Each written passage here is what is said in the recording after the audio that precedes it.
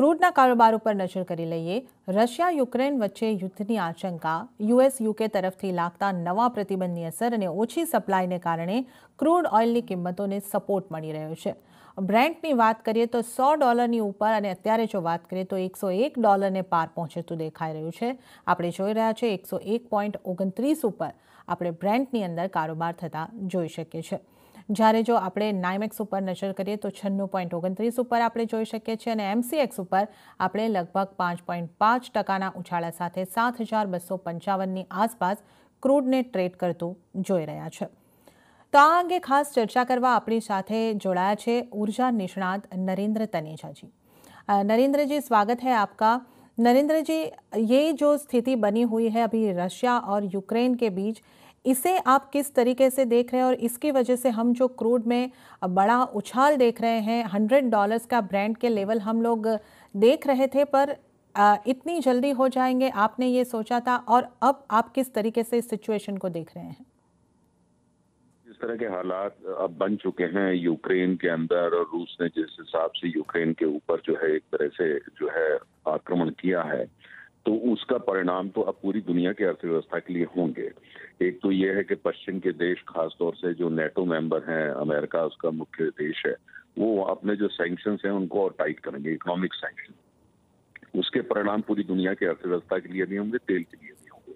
और रूस जो है वो दुनिया का रूस, सऊदी अरब और अमेरिका, यही दुनिया के तीन सबसे बड़े तेल उत्पादक है। दुनिया का 12% तेल का उत्पादन रूस में होता है, निर्यात भी बहुत ज्यादा होता है।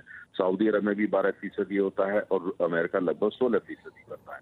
अगर इन 3 बड़े देशों में से एक देश जो है वो युद्ध का उतर आया और दूसरा देश अमेरिका भी उसमें शामिल हो, उलझा हुआ हो, तो कुल मिलाकर के तेल के लिए स्थिति बहुत खराब हो जाती है। तेल की जो मार्केट है वैसे भी बहुत सेंसिटिव होती है जियोपॉलिटिकल ट्रेमर्स को लेके। अब ये तो बिल्कुल युद्ध के हालात हैं, बल्कि युद्ध है ये एक तरीके का। तो अब उसके लिए जो तेल का अभी तक जो बाजार में ऑयल मार्केट का जो रिस्पॉन्स था, बहुत ही मैच्योर और बहुत ही एक तरीके से स्टेबल था। लेकिन अब जो हालात बन गए हैं, जिसमें हो सकता है सैंक्शंस और सख्त की जाए रूस के खिलाफ, और रूस का जो तेल का एक्सपोर्ट है और गैस का एक्सपोर्ट है उसमें बाधाएं आना शुरू हो जाएं, तब फिर दुनिया के लिए परिणाम मुश्किल हो जाएंगे। क्योंकि जितना निर्यात रूस से तेल का होता है उसकी भरपाई कोई देश कर नहीं सकता। हम भारत में भी रूस से तेल मंगाते हैं। आपका गुजराती चैनल है, गुजरात में अंदर जो रिफाइनरीज है वहां भी रूस का तेल आता है, खासतौर से नयारा रिफाइनरी के अंदर जो जामनगर में है, वो तो रूसी कंपनी रोसनेफ्ट की ही है। तो कुल मिला के एक ऐसे परिणाम इसके तेल जगत के लिए होने वाले हैं जिन्हें अभी कुछ कहना मुश्किल है। लेकिन इतना जरूर है कि आने वाले दिनों के अंदर जो ऑयल मार्केट है उसके लिए बहुत बड़ी परेशानी पैदा होने वाली है। तेल की जो कीमतें हैं वो अभी ये कहना मुश्किल है कहाँ जाएंगे, लेकिन इतना जरूर तय है कि वो बहुत दबाव में रहेंगी, और अभी फिलहाल आने वाले समय में जो उत्तर की दिशा में जाएंगी अर्थात बढ़ेंगी। और उससे भी बड़ी जो परेशानी ये पैदा हो सकती है कि कुल मिलाकर के जो पूरी दुनिया की अर्थव्यवस्था है, और खासतौर से अगर सैंक्शंस रूस के खिलाफ बड़े लगते हैं, जो लगेंगे अब तो लगेंगे ही, उसके परिणाम पूरी दुनिया की अर्थव्यवस्था लिए क्या होंगे, पूरी दुनिया के व्यापार के लिए क्या होंगे, पूरी दुनिया का जो इकोनॉमिक ऑर्डर है उसके लिए होगा, उसके बारे में अभी तो सिर्फ जो है चिंता ही जता जा सकती है। उसके अंतिम परिणाम के बारे में भी हमको वेट करना पड़ेगा। लेकिन इतना तय है कि भारतीय अर्थव्यवस्था और भारत के लिए जो रूस के साथ उसके एनर्जी के बहुत क्लोज रिलेशंस हैं, हमने बिलियंस ऑफ डॉलर का रूस में इन्वेस्टमेंट करा हुआ है, तेल के भंडारों में, रूस ऑयल गैस के भंडारों में, और रूसी कंपनियों ने भारत में कर रखा है, गुजरात में आपके यहाँ कर रखा है। वो सबके सामने जो परेशानी आप खड़ी होंगी, क्योंकि सैंक्शंस के बाद इन सब चीजों को आगे ले जाना, नॉर्मल कोर्स में ले जाना, वो इतना आसान होने वाला नहीं है।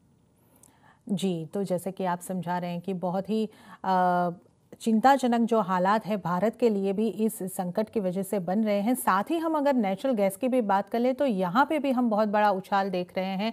नेचुरल गैस की कीमतें भी हमें बढ़ती हुई दिखाई दे रही है। तो इस पूरी जो घटना है उसका एनर्जी कॉस्ट इंडिया के लिए एनर्जी कॉस्ट पे कितना इम्पैक्ट आप देख रहे हैं?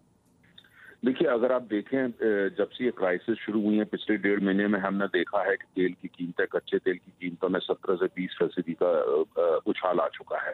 भारत के पेट्रोल पंप है वो अभी तक नहीं दिख रहा, क्योंकि भारतीय कंपनियों ने अभी तक पेट्रोल डीजल की कीमतें की कोई भी कारण हो सकता है उस वजह से उसको बढ़ाया नहीं। उसके कारण राजनीति है, चुनाव है, वगैरह वगैरह हैं।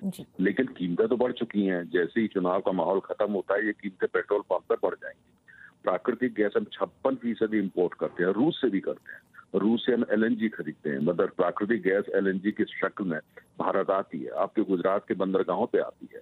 तो वो सब उसकी सबकी, हालांकि गैस की ग्लोबल बेंचमार्किंग नहीं होती जैसे तेल की होती है।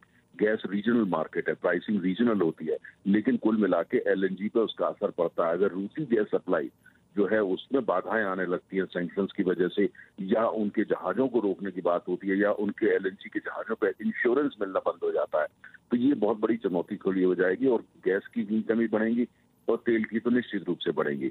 अब भारत के लिए दुविधा ये हो जाएगी, क्योंकि हम 85% तेल मंगाते हैं, हम 56% प्राकृतिक गैस मंगाते हैं, हम जो न्यूक्लियर पावर के तमाम installation, nuclear reactor, nuclear power plant वो रूस से मंगाते हैं।